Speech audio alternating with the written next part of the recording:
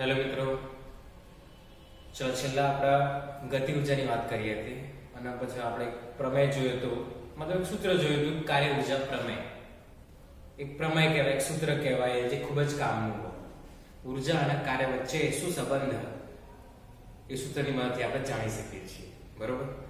હવે છેલ્લા આપણે ગતિ ઉર્જાની વાત કરી હતી. ગતિ ઉર્જા જેને આપણે k વડે દર્શાવવામાં કાઇનેટિક એનર્જી વ્યાખ્યા પણ આપણે જોઈ હતી. એકમની વાત કરીએ, આ ઉર્જાનો એકમ શું? એકમ શું?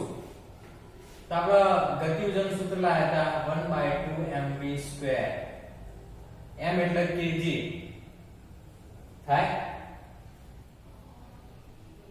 v એટલે મીટર પ્રતિ સેકન્ડ, મીટર પ્રતિ સેકન્ડ. v નો વર્ગ એટલે એના એકમનો વર્ગ થયો 2 થા kg મીટર સ્ક્વેર પ્રતિ સેકન્ડ વર્ગ. k નો એકમ, બરાબર. એકમ થશે. ચલો પારિમાણિક સૂત્ર જોઈ લઈએ. ચલો kg એટલા માસ m1, મીટર એટલા L2, સેકન્ડ એટલા T2. ચલો ભેગું કરો m1 L2 T -2. ઉપર જાય તો -2, ઉપર જાય તો -2. ચલો ખબર પડી ગઈ. તો આ જે પારિમાણિક સૂત્ર આ છે એકમની વાત. ચલો આ એકમનો લોગો બહુ મોટો હોય એકમ, આ યાદ રાખવું નહીં. તો ઊર્જાનો એકમ થશે જૂલ. ઊર્જાનો એકમ થશે જૂલ. જે કાર્યનો એકમ હતો એ જ ઊર્જાનો એકમ. કેમ, કઈ રીતે તમે કહેશો? તો આપણે W બરાબર ડેલ્ટા K લાયા. ગતિ ઉર્જામાં ફેરફાર એટલે કાર્ય. મતલબ આનો એકમ એટલે આનો એકમ થાય. બરાબર બંને બરાબર. તો આનો એકમ એ જ આનો એકમ જૂલ હોય તો આનો એકમ પણ જૂલ હશે. તો આનો એકમ પણ જૂલ. એટલે ઊર્જાનો એકમ પણ જૂલ, કાર્યનો એકમ પણ જૂલ છે. ચલો ખબર પડી ગઈ. કાર્યનું પારિમાણિક સૂત્ર પણ આ જ થશે, ઊર્જાનું પારિમાણિક સૂત્ર પણ આ જ થશે. ટૂંકમાં એક વસ્તુ સમજી લો, દરેક ઊર્જાનું એકમ જૂલ અને એનું પારિમાણિક સૂત્ર આ. દરેક ઊર્જા એટલે ગતિ ઉર્જા હોય, આના પછીની જે ઊર્જા આપણે ભણવાની સ્થિતિ ઉર્જા હોય, આના સિવાયની પણ ઘણી ઉર્જાઓ, વિદ્યુત ઉર્જા, બરાબર. 10મા ધોરણમાં તમે જાણો છો વિદ્યુત ઉર્જા, ઉષ્મા ઉર્જા, ઉષ્મા એટલે ગરમી, ઉષ્મા ઉર્જા, વિદ્યુત ઉર્જા, રાસાયણિક ઉર્જા, ન્યુક્લિયર ઉર્જા, કોઈ પણ ઉર્જા હોય એનો એકમ જૂલ જ થશે અને એનું પારિમાણિક સૂત્ર આ જ થશે. બરોબર. કાર્ય પણ એક પ્રકારની ઉર્જા જ છે. ઉર્જા દ્વારા જ થાય. એટલે કાર્યનો એકમ પણ આ જ થશે અને એનું પારિમાણિક સૂત્ર પણ આ જ થશે. ખબર પડી ગઈ. ટૂંકમાં દરેક ઉર્જાઓનું અને કાર્યનું એકમ આ અને પારિમાણિક સૂત્ર આ. એટલે કોઈ પણ ઉર્જા આવશે એનો એકમ આ જ હશે. એટલે હવે જે ઉર્જા આપણે ભણીશું એમાં હું એકમ નહીં લખે, એકમ જૂલ જ. એકમ શોધવા રહેશું નહીં. બરોબર. આપણે આના પછી સ્થિતિ ઉર્જાની વાત કરીએ તો એ સમય હું એનું એકમ શોધવા રહે નહીં, એનું પારિમાણિક સૂત્ર શોધવા રહે નહીં. આમાં સમજી લો જૂલ અને પારિમાણિક સૂત્ર કોઈ પણ ઉર્જા હોય. બરોબર. તો આ થઈ વાત. ગતિ ઉર્જા વિશે આપણે માહિતી મેળવી નાખી. હવે આપણે સ્થિતિ ઉર્જાની વાત કરવાની. સ્થિતિ ઉર્જા એટલે શું? સ્થિતિ ઉર્જા ઇંગ્લિશમાં પોટેન્શિયલ એનર્જી કહેવાય. Potential energy. આનો ગુજરાતીમાં પોટેન્શિયલ એનર્જી.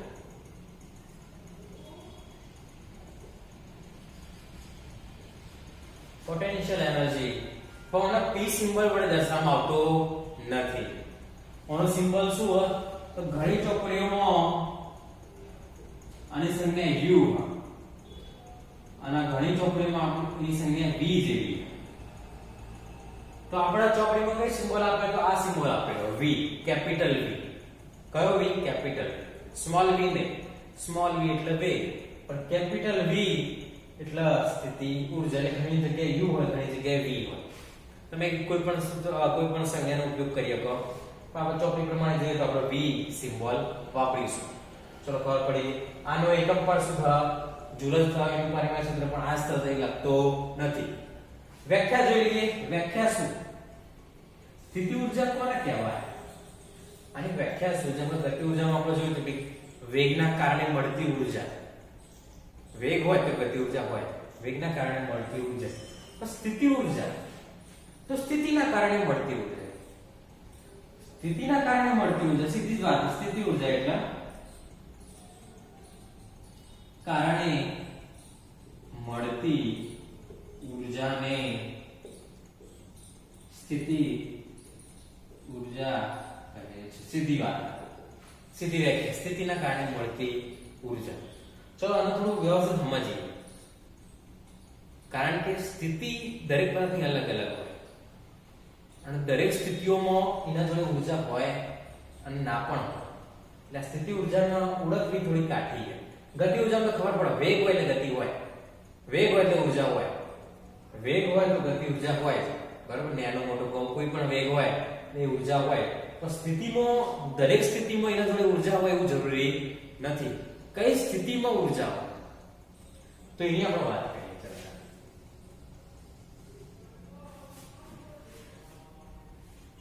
તો આપણે જો એક જમીનમાં એના પર એક આ જમીન, બરાબર, જમીન એના પર એક પદાર્થ પડેલો, આ રીતે પદાર્થ રીતે પડેલો, બરાબર. આ સ્થિતિમાં પડેલો આ કાર્ય કરવાની કોઈ ક્ષમતા ધરાવે ખરા? કાર્ય કરવાની ક્ષમતા એટલે આ ખસી હકે ખરા? બળ તો ચલો લાગે હ, ગુરુત્વાકર્ષણ બળ, પણ આ ખસી હકે ખરા? ઓમ જઈએ કે ખરા? પડે હોય નમ જઈએ કે ખરા? ફરીથી હું શું પૂછવા માંગુ કે આ જે પદાર્થ પડ્યો હ, આ એક કાર્ય કરવાની ક્ષમતા ધરાવે ખરા? કાર્ય કરી હકે ખરા? અને કાર્ય કરવા માટે બે વસ્તુઓ જુઓ, ભૌતિક વિજ્ઞાનમાં બે વસ્તુઓ જુઓ કાર્ય કરવા માટે. એક બળ લાગવું જુઓ, બીજું સ્થાનાંતર થવું જુઓ. બળ તો લાગે, જમીન પર ગુરુત્વાકર્ષણ બળ લાગે, પણ સ્થાનાંતર કરે ખરા? એના પોતાની જાતે સ્થાનાંતર કરે ખરા? તો ના, સ્થાનાંતર કરતો નથી. હવે આ કાર્ય કરવાની ક્ષમતા ધરાવતો નથી, કાર્ય કરી શકતો નહીં, એટલે એના જોડે ઉર્જા નહીં. એટલે આની સ્થિતિ ઉર્જા કેવી છે? શૂન્ય. સ્થિતિ ઉર્જા કેવી? શૂન્ય.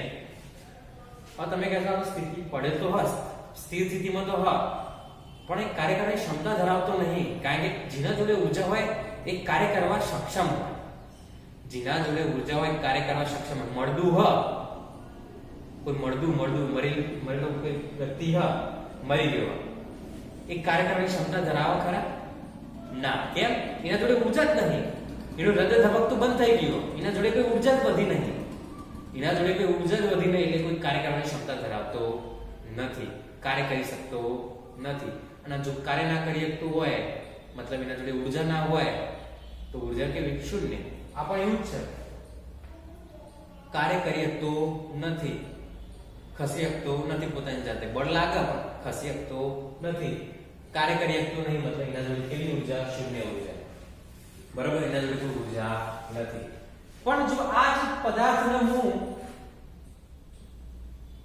કંઈક આ રીતે લઈ લો, અહીંથી આમથી આટલે લઈ લો, બરાબર. આ ગતિપથ અહીંથી આટલે લઈ લો, આ પદાર્થને થોડો ઉપર લઈ લો, જમીનથી ઉપર અમુક ઊંચાઈ, ધારો કે જમીનથી h ઊંચાઈએ લઈ લો, જમીનથી h ઊંચાઈ કોઈ વસ્તુ, ધારો કે આ જમીનથી h ઊંચાઈ હું લાવી દીધું વસ્તુમાં, બરાબર. હવે એ કાર્ય કરવાની ક્ષમતા ધરાવે? તો હા, ધરાવશે. કેમ? જો હું છોડે તો એ ચો જહ નેચર જહ, નેચર જહ ગુરુત્વાકર્ષણ બળ તો લાગે છે, નેચર જહ મતલબ સ્થાનાંતર કરશે, બળ તો લાગે, શું થયું?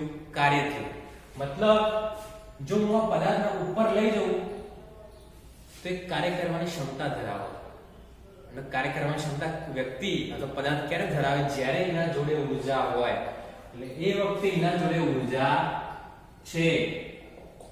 કઈ ઉર્જા? સ્થિતિ ઉર્જા. એના જોડે ઉર્જા હું છોડે તે નીચે આવવા સક્ષમ, મારા મદદ વગર, તો એના જોડે ઉર્જા. કઈ ઉર્જા? સ્થિતિ ઉર્જા. ચલો ખબર પડી ગઈ આ વાત.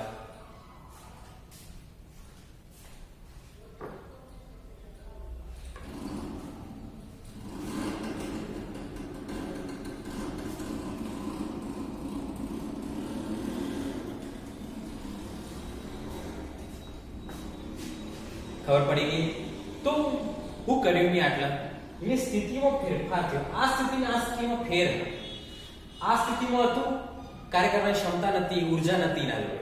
આ સ્થિતિમાં એક કાર્ય કરવા સક્ષમ હ, નેચર આ સક્ષમ હ, એટલે એના જોડે ઉર્જા આવી ગઈ. તો આ સ્થિતિના કારણે જે મળતી ઉર્જા હ એને કહીશું આપણા સ્થિતિ ઉર્જા. સ્થિતિના કારણે મળતી ઉર્જા.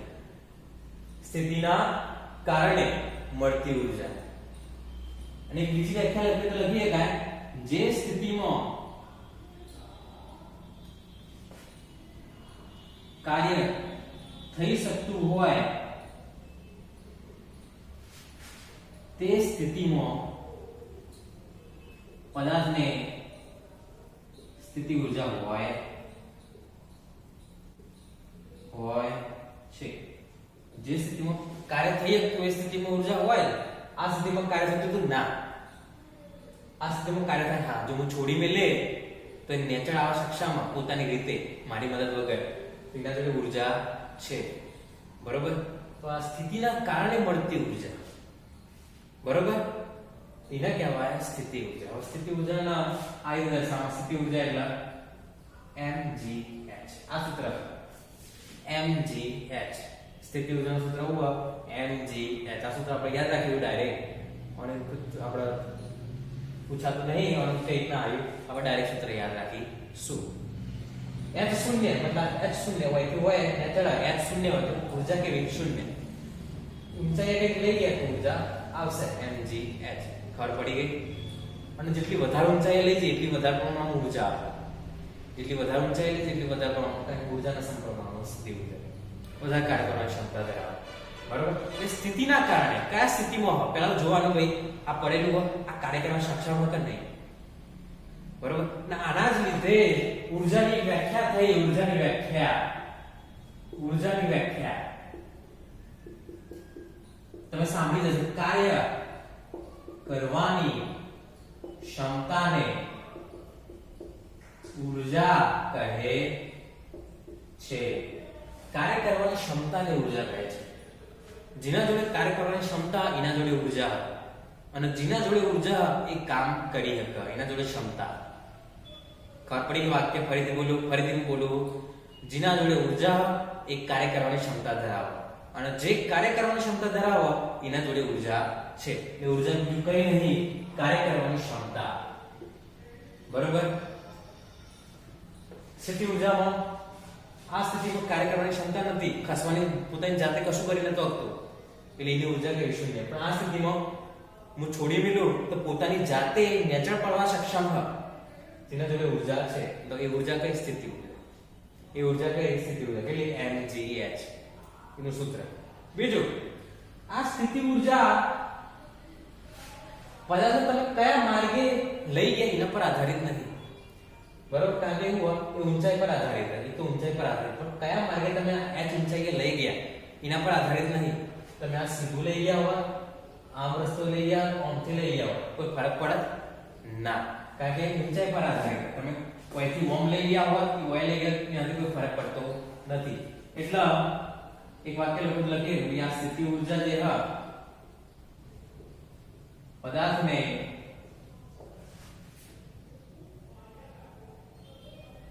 કયા પથ પર h ઊંચાઈએ લઈ ગયા છે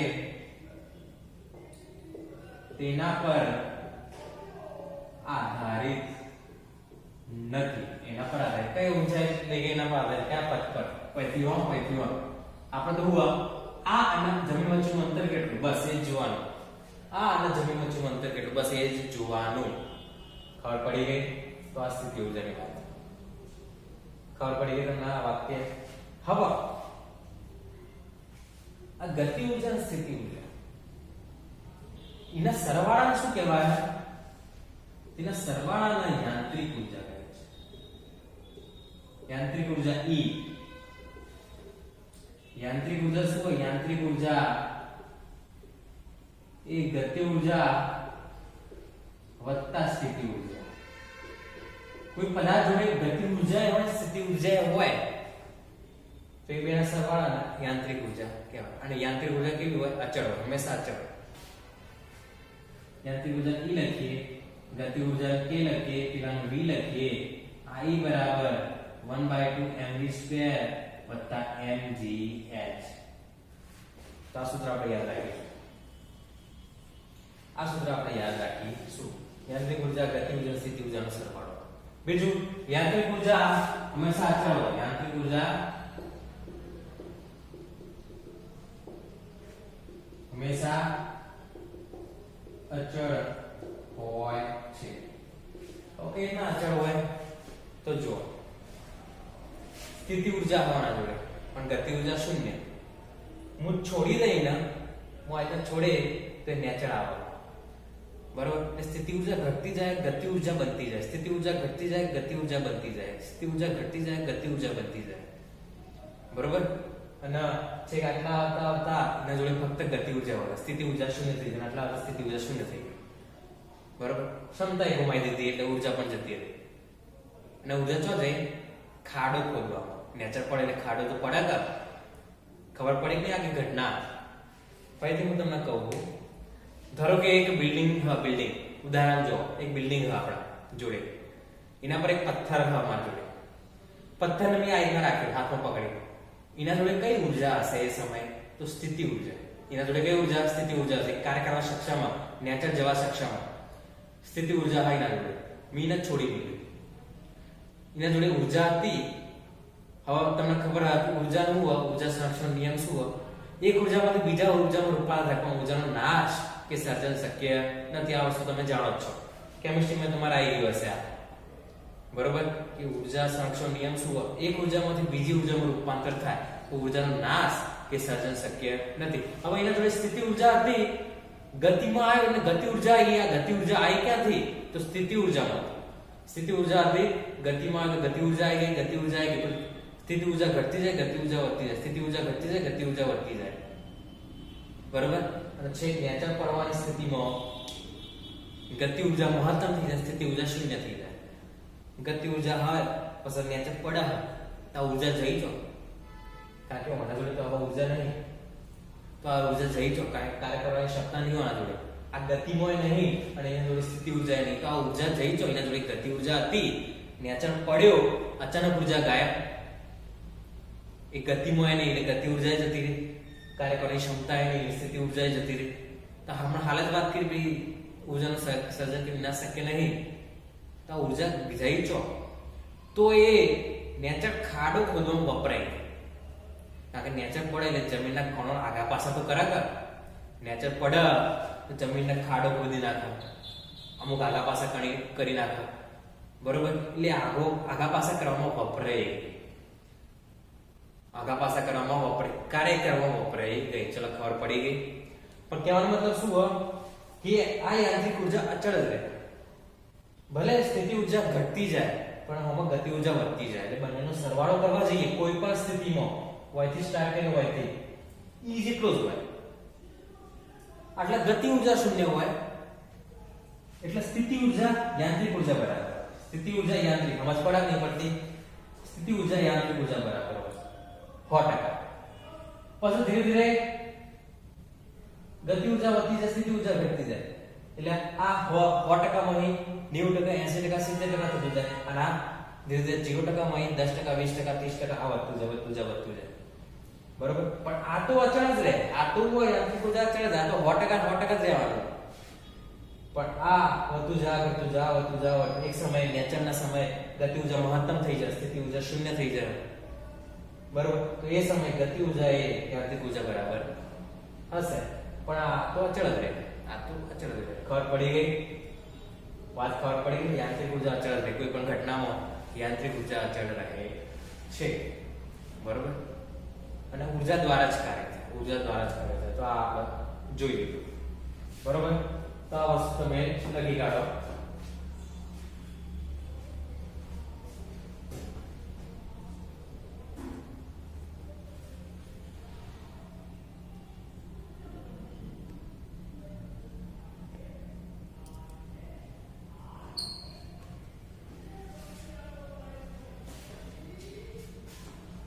ચલો સ્થિતિ ઉર્જા વિશે તો માહિતી મેળવી જ નાખીએ.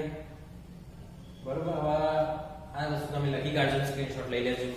થોડી બીજી વાત કરી નાખીએ. હવે જો સ્થિતિ ઉર્જાના બે પ્રકાર પડે. આ ચોપડીમાં તમારે નહીં આલ્યું પણ બે પ્રકાર વિશે ભણવાનું હોય. સ્થિતિ ઉર્જાના બે પ્રકાર પડે. બરોબર? તો આ ટોપિકમાં જ લખી કાઢજો. આ સ્થિતિ ઉર્જામાં જ લખી કાઢજો. સ્થિતિ ઉર્જામાં જ લખી કાઢજો. બે પ્રકાર સ્થિતિ ઉર્જાના.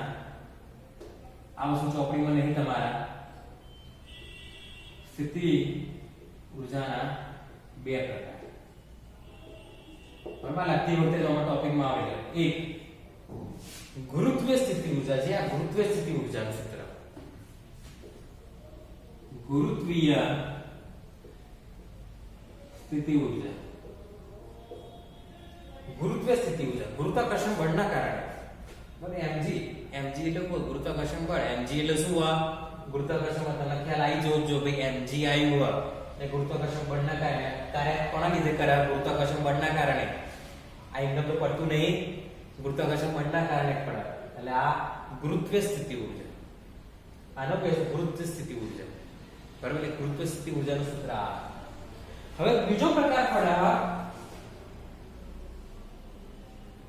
સ્થિતિસ્થાપકીય સ્થિતિ ઉર્જા. સ્થિતિસ્થાપક છે સ્થિતિ ઉર્જા, જેનો આપણે નેક્સ્ટ ટાઈમ આપણે જોઈશું. આ સ્થિતિસ્થાપકીય કારણ લેક્ચર લાંબુ થઈ જાય એટલે આ નેક્સ્ટ ટાઈમ આપણે જોઈશું. આનું કઈ સૂત્ર એની આપણે વાત કરીશું. પણ આ જે સૂત્ર છે ગુરુત્વીય સ્થિતિ ઉર્જા, ગુરુત્વાકર્ષણ બળના કારણે.